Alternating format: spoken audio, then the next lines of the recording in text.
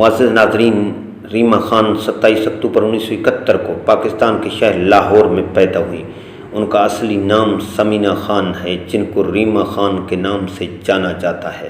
ایک پاکستانی اداکارہ، ٹیلی ویژن کی میزبان اور سابقہ منچ رقاصہ، ہدایت کارہ اور پروڈیوسر ہیں۔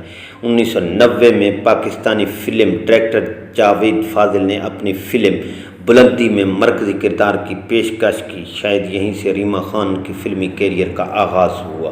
ریما خان 1990 کی دہائی کے دوران پاکستان کی مشہور فلمی اداکاراؤں میں سے ایک تھی۔ ریما خان 200 سے زائد پاکستانی فلموں میں کام کر چکی ہیں۔ ماضی کی معروف اداکارہ ریما خان ایک عرصہ تک پاکستان شوبز انڈسٹری پر چھائی رہیں۔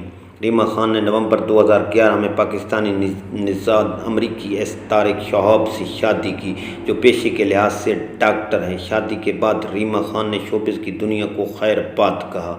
24 مارچ 2015 کو ریما خان نے اپنے پہلے بیٹے کو جنم دیا۔ ریما خان کو 23 مارچ 2019 کو پاکستانی سینما میں شراکت کے لیے صدر پاکستان کی جانب سے تمغہ حسن کارکردگی سے نوازا گیا۔ ناظرین، اس انفارمیٹیو ویڈیو کے بارے میں کمنٹس ضرور کیجیے گا۔ ہاں، اگر آپ نے ابھی تک ہمارا چینل دھرتی وائس سبسکرائب نہیں کیا تو پلیز ہمارے چینل کو سبسکرائب ضرور کریں، تاکہ اس قسم کی معلوماتی ویڈیوز اب تک بر وقت پہنچتی رہیں۔